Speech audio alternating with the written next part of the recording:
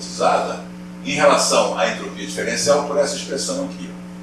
Fazendo aqui o limite quando delta tende a zero, o H de F menos o logaritmo desse nível de quantização é a própria entropia absoluta.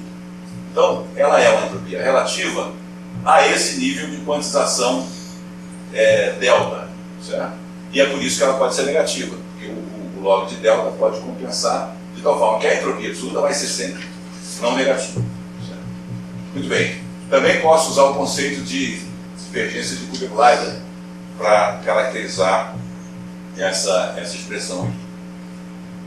E a informação mútua também segue o mesmo resultado anterior, de que é a divergência entre a distribuição conjunta, lá no caso aqui seria a densidade conjunta, e o produto das densidades, que seria a densidade se as variáveis fossem uniformes.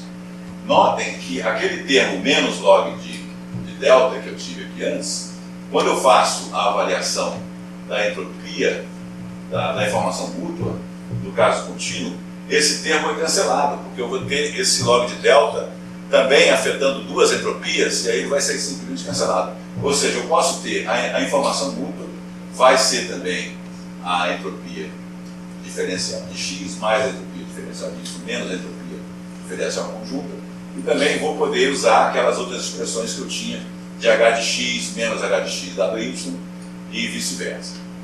No caso de variáveis gaussianas vetoriais, eu posso também obter esse outro resultado aqui, que é 1 meio log de 2πe elevado a n, onde n é o tamanho do vetor, e aqui determinante da matriz de covariância. É apenas uma manipulação algébrica para chegar a isso. Ok, com isso eu posso então agora falar da capacidade de um canal gaussiano, certo? Porque o canal gaussiano, diferentemente dos outros canais que nós vimos, ele tem um alfabeto contínuo, tanto na entrada quanto na saída. E eu tenho aqui, para cada entrada, a soma de uma variável gaussiana, que tem média zero, e uma matriz de covariância, que é n vezes a matriz de identidade. Certo? Então, novamente, eu quero mandar uma mensagem de taxa R, através desse canal, fazendo uso de n transmissões dessa entrada do canal, e observando aqui as n saídas, e fazendo uma decodificação. Certo? Como antes. Nesse caso, também como antes, eu tenho que a capacidade é o máximo da informação mútua, só que agora eu tenho uma restrição. Se eu não colocar essa restrição, a capacidade vai ficar infinita. Eu poderia estar ocupando toda a reta real, certo? Com valores de x. Para cada valor de x vai haver uma certa região de ruído, mas eu tenho toda a reta real ao meu dispor, e aí eu teria a capacidade infinita. Mas se eu tiver que satisfazer uma restrição de potência, aí eu não tenho mais toda a reta real, eu vou ter que me concentrar, e aí fazendo aqui uso de manipulando aqui as expressões das entropias, eu vou ter o seguinte, vai ser a entropia do y, que é a entropia da saída. Lembre-se que sempre que eu tenho espaços da saída que não estão sendo ocupados, eu estou deixando de chegar na capacidade do canal. Todos aqueles exemplos que tinham elementos da saída que não eram usados, eu estava abaixo da capacidade do canal. Eu tenho que maximizar a entropia da saída com a restrição de potência que eu tenho. E aí, qual que é a maior entropia para uma variável que tenha uma restrição de potência? Qual que é a restrição de potência do y? É P mais N. Porque o x tem uma restrição de P e o z é independente somado ao y, então vai ter P mais N. E o z, na verdade, o z é um dado do canal. Eu não tenho que fazer nada para maximizar ou minimizar isso aqui. Então, eu tenho aqui a entropia do y, que eu sei que é 1 meio log de 2πe P mais N, e a entropia do ruído, que é 1 meio log de 2πe N. Fazendo a diferença disso aqui, o 2πe vai sumir, certo? E eu vou ter a grande expressão mencionada aí pelo João hoje na introdução, 1 meio de log de 1 mais P sub. Ou seja, é algo que depende apenas da relação sinal-ruído, P mais P sub. Então, esse é o grande resultado que o Shane teve. E ele estendeu isso também para tempos contínuos. Então, estou agora usando o canal não apenas com usos em tempos discretos do canal. Eu estou agora deixando que as palavras de código sejam, na verdade, formas de onda. E aí eu preciso estabelecer também uma banda, limitar uma banda W, né? Então, quando eu faço isso, eu posso imaginar que cada uma dessas palavras de código podem ser transformadas em 2WT, palavras de códigos de um canal de tempo discreto, por conta da amostragem de Nyquist. Quantas dimensões eu tenho no espaço que tem banda W e um tempo de duração T? 2WT. É o número de dimensões. E eu não perco nada em representar um ponto nesse espaço como sendo simplesmente um ponto no espaço 2WT, ou a forma de onda contínua que a gente costuma ver. Não tem nenhuma diferença em termos de perda de informação. Ou seja, eu posso representar esse conjunto de 2WT transmissões independentes, e aí eu tenho que falar numa densidade espectral de potência aqui. W é a banda e a expressão da capacidade passa a ser essa aqui, agora em bits por segundo. Certo? Notem que tem aqui uma relação de potência de sinal e de ruído, uma relação de sinal ruído, em que eu tenho agora a densidade espectral de ruído vezes a banda.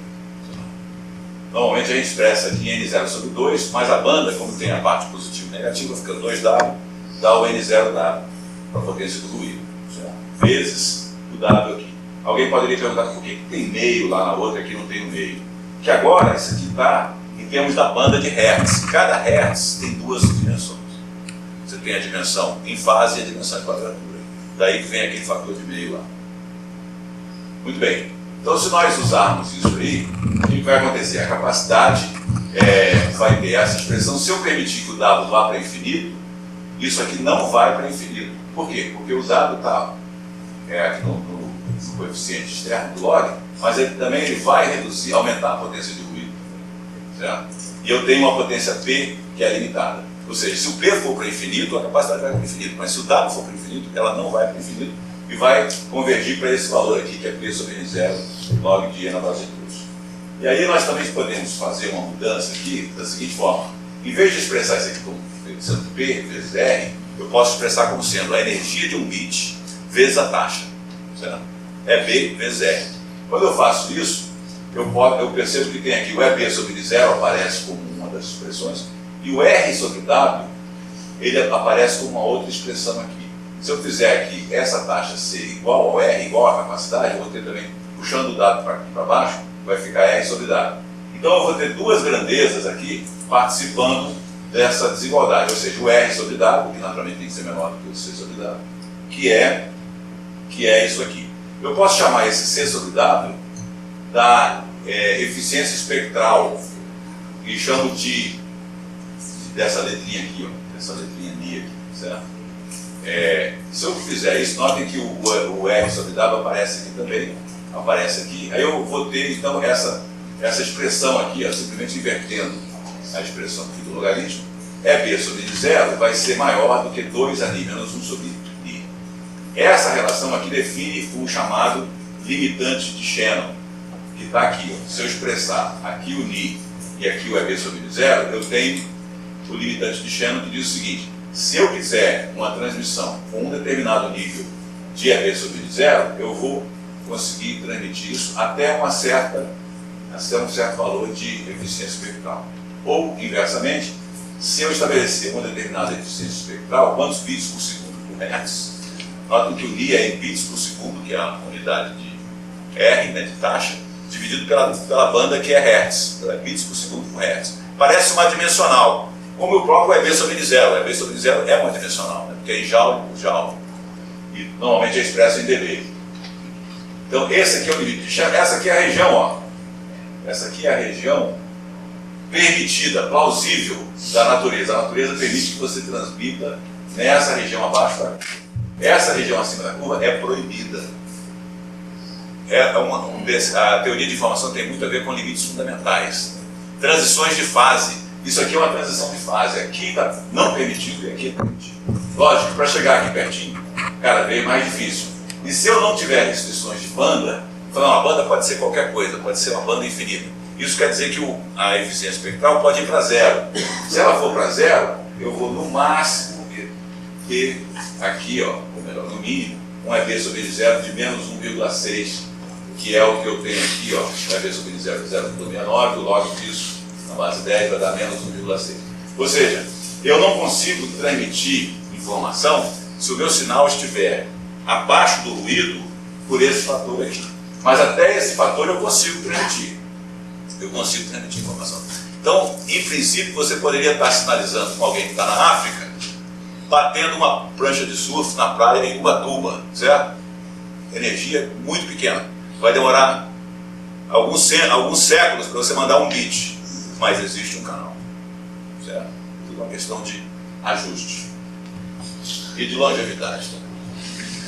Muito bem. Então aqui, ó, as comunicações de hoje em dia, elas estão chegando perto de alguma coisa aí da ordem de 8 bits por segundo por hertz, né, em eficiência espectral.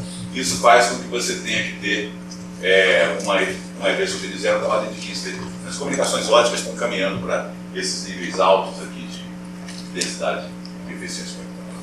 Ok. E quando você tem ruídos com diferentes perfis diferentes do ruído branco, o que você tem que fazer é o que o Shannon estabeleceu como uma solução de preenchimento d'água. Ou seja, você bota a água num conjunto aqui no aquário, conforme o perfil do aquário, de forma a uniformizar o nível de sino aqui. Nesse canal aqui, por exemplo, não coloco água nenhuma potência, porque ele é um canal muito ruidoso. É preferível jogar água aqui nesses dois. E aí aqui tem um exemplo numérico para mostrar qual seria a capacidade usando sempre o mesmo nível no topo lá dos canais. Muito bem. A teoria de taxa versus distorção, nós temos aqui mais 10 minutos apenas, 12 minutos, ela é, como eu disse, um problema dual. Em vez de tentar empacotar esferas aqui no espaço de reprodução, eu vou fazer uma cobertura das esferas no espaço da fonte. Certo? Então o problema é o sphere covering, o problema dual do sphere packing. Mas os dois são problemas matemáticos bem caracterizados e normalmente as soluções são atingidas em dimensões maiores. Né? Ok. Aqui algumas coisas que levam a esse resultado também do Shannon, que a taxa versus distorção, que é essa função aqui, ela em vez de ser o máximo da informação mútua, agora ela é o mínimo da informação mútua entre x e a sua reprodução x chapéu para uma possível distribuição P de x chapéu dado x. Lembrem-se que essa informação mútua ela é função da distribuição conjunta, que eu posso escrever como sendo P de x vezes P de x chapéu dado x. Nesse caso, o P de x é dado do problema, que é a fonte. A fonte é estabelecida. A distorção também é algo que eu vou estabelecer por conta da conveniência do problema. Então, o que eu tenho livre para mexer aqui, para minimizar essa função, é o P de x chapéu dado x. Ok. Então, tudo depende realmente do P de x chapéu dado x, como eu acabei de dizer. Aqui alguns exemplos. Se nós tivermos uma fonte gaussiana e uma distorção, que é o mean square error, eu posso dizer que a função de taxa versus distorção é essa função aqui. De uma forma muito parecida com o que a gente fez para o canal gaussiano. Essa função de taxa de distorção quer dizer o seguinte: eu preciso de uma taxa R, pelo menos, se eu quiser uma distorção D. Certo? Então isso vem aqui dessas expressões do I de x chapéu da informação de x chapéu. Aqui as expressões gaussianas e a simplificação de tudo. Tem uma forma interessante de representar isso aqui, que é o inverso da função taxa versus distorção, ou seja, função de distorção versus taxa. E ela tem esse formato aqui. Essa aqui ainda é a função taxa versus distorção. Se eu fizer o inverso, eu vou obter o seguinte: ó, o D de R vai ser os 2 elevado a 2R sigma ao quadrado. Se eu considerar agora que a relação sinal-ruído máxima vai ser 10 em dB, 10 logo na base 10, da potência de sinal, que é sigma ao quadrado, dividido por essa distorção, notem que o sigma ao quadrado aqui vai cancelar, isso aqui vai ficar 20R log de 2, que é 0,3 aqui, vezes 20 dá 6, 6R. Então isso aqui dá uma regra de dedo muito boa para áudio, por exemplo. Embora áudio não seja gaussiano, e nós estamos falando aqui de uma fonte que é I e D, independente distribuído, essa aproximação é uma aproximação muito boa, que é o seguinte: se eu tiver 16 bits por amostra do meu sinal de áudio, eu tenho uma relação sinal-ruído que é 6 vezes 16, então 96 dB. Ou seja, uma relação sinal-ruído bastante razoável. O ouvido é muito sensível a essas variações. Então, normalmente a gente quer uma relação sinal-ruído de 70 para cima. Já com a imagem, o olho não é tão sensível. Então, normalmente 8 bits por amostra de pixel é suficiente para te dar ainda alguma coisa em torno de 50 dB num sinal de vídeo. E essa é só. Muito bem, eu comentei que os elementos que foram vistos até agora, com apenas usuários individuais na transmissão e na recepção, eles deram origem foram os motivadores de sistemas que têm múltiplos receptores e transmissores, ou seja, a rede de informação, que é onde estão os problemas mais novos.